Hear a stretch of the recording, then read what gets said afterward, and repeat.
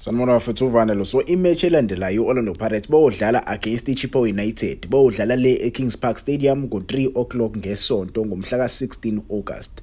Muzazi ukuthi ke uhlala eThekwini, ithikithi awukalithengi. Hamba uthenga ithikithi uyobukela igame yeOrlando Pirates versus iChippa United.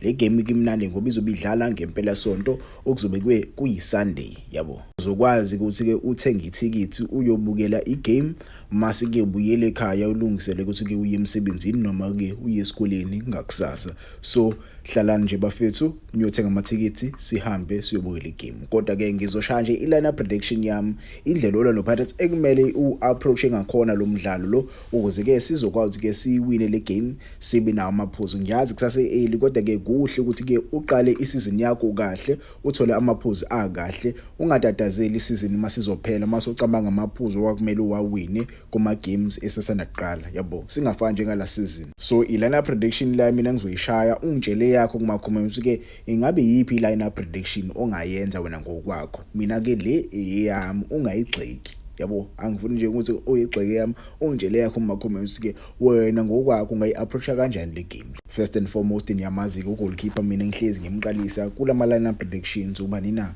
uyena bafethu uSipho Chain. Sipho Chain uyawazi umsebenzi akumele wenze and ke ku game yakusasa siyayidinga ngempela clean sheet.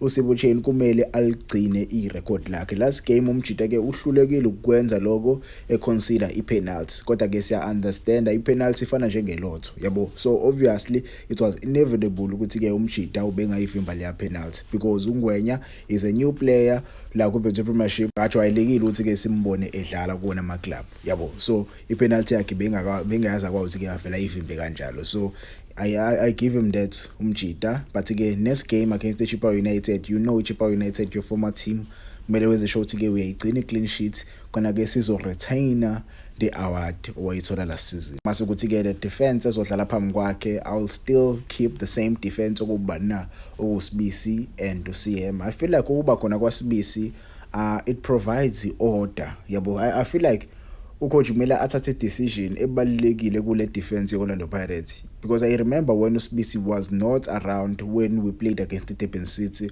we conceded a lousy goal against the Durban City, yabo. That made us go to my extra time.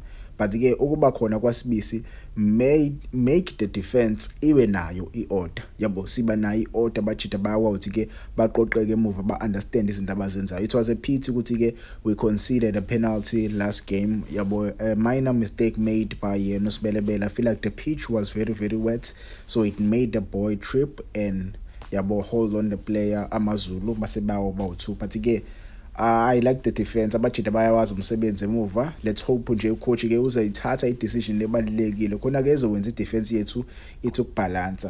We must play with one right center back and one left center back. Sibisi provides stability and Sibisi provides leadership at the back. When Sibisi is not available, you see we are lacking in leadership at the back, and Sipho Chain doesn't really speak with his defenders. Umjita abatshela ukuthi ke benze njani kakhulu. So kuba khona kwaSibisi ke kusize ngalapho. So when you can tell me which right center back we should go for and ke left center back kumele ibe khona lapha, yabo. CM plays very good. Umjita ke he is very cool, calm and composed, but he lacks leadership and he lacks that characteristic ngayibeka kanjalo. Masukuthi ke kuma wing backs, you know the wing backs abajita ke ibona laba ngizoqala ngabo. Ndaba ngokwami umjita he has been very good so far. He has been very good so far, Ndaba. Yes, there were times against the Durban City lapho you saw khona ukuthi ke umshito uyaleka lapho, but ke mina ngokwami Ndaba is very good. And last game when we played against the AmaZulu, if you saw that left hand side, yena Morem, they were terrorizing that AmaZulu defense. Undaba would go wide mase kuthi kumurema ngene inside akhathe in akahlelela amabhola. So I really like the partnership I'm getting on the left hand side. The problem is the right. I feel like the right is lacking a little bit. The right is lacking. Yeah, we are lacking something. I don't know what is going on regarding the right, but I do understand Sibelebele umjita ke. It feels like yabo umuntu adlala naye lapha phambili akam understand. I feel like basathana yokuqala ukudlala ndawonye yebo. Last game we were playing with uLungu. Ngokubona kwami uLungu umjida ke naye you can regard him as a right wing back. Mina ke ngokwami uLungu I would prefer uLungu playing as number 9 yabo for Orlando Pirates, but ke kwigame namhlanje ugame esiyidla ke Stitchpo United I think uLungu kumele aqhamuke as a sub yabo, i-super sub azongena leyo azoletha leyo nto le mhlawumbe kuyashintshisana nawo Sibelebele. Singakwazi ke siwine kamnandi futhi igame ngalapho, but ke ngokwami uSibelebele ngamqalisa umjidi. Masukuthi ke ku number 6 I'll say this and I will keep on saying this. Maybe ke coach Abdislam Wadu doesn't reason with me mhlambe ngokwakhe yena ubona ku right ukuthi ke adlalise i-team kanje yabo, adlalise number 8 ababili swin. Mina ngokwami I think it does make sense ukuthi Orlando Pirates idlalise number 6. You saw us when we were playing against AmaZulu. We started with uSihle Nduli, we started with uDansin, we started with uTito Maswanganye. There is a number 6, there is a number 8, and there is a number 10. You see 3 type of midfielders in the same team. Leyo nto le yenza i-team ikwazi ukuthi ke ibe more composed eswini, ibalance i-team. Injini nenjini kumele kube nama parts akhona ahlukahlukene azowenza i-team ihambe. And ke uma uzoba nomdlalo njengo number 6 uzokwazi ke i-team uyisize idlale kahle. Number 6 uzoprotector uSibisi ibe no CM yabo, uzoprotector uSibisi ibe no CM if you are playing 2 number 8. Labo number 8 laba on their mind they are playing as a box to box yabo, they are playing as a box to box. They are not used at tackling, at making wise tackles azokwazi ke assist the team, not reckless tackles but wise tackles azokwazi ke akhiphe i-team enkingeni yabo.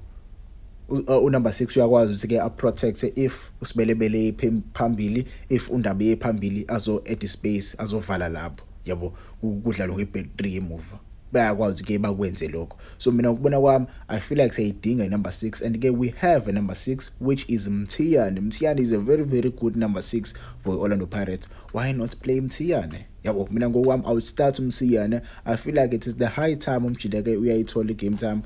I heard the Orlando Pirates abajida babuyela boDlamini noMtajela.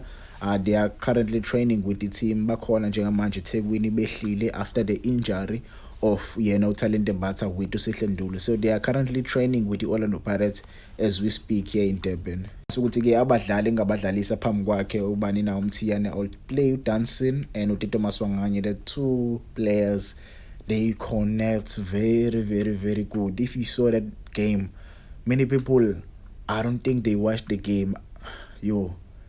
Dansin and Tito Maswanganye, they were like this indlela ade belisusa ngakhona ibhola, indlela ade bedlala ngakhona. So mina ukubona kwami I feel like this is the midfield that we should approach the game with. Whenever you can tell me in the comments what is your midfield. So far this is my lineup 4-1-2. Masukuthi ke the wingers I will put uKhositsile as the right winger, and I will put uSibelebele uMoremi as a left winger yabo. I feel like sesi adopte kakhulu leli bhola lakhe uAbdislam Waduli lama wingers are pacey. I feel like that is the new normal right now yabo. That is the new normal. We must move away from the Jose Riviero era where we played the ball elihamba phansi kakhulu.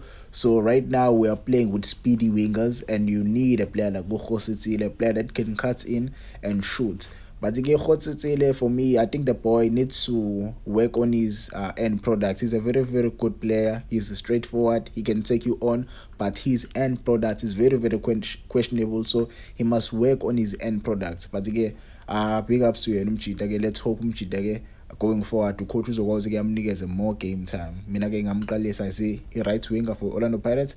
Masukuthi ke ka left ngaqalisa uMoremi. His work speaks for him. Umjida ke uyawenza umsebenzi. Masukuthi ke phambili ngaqalisa bani na?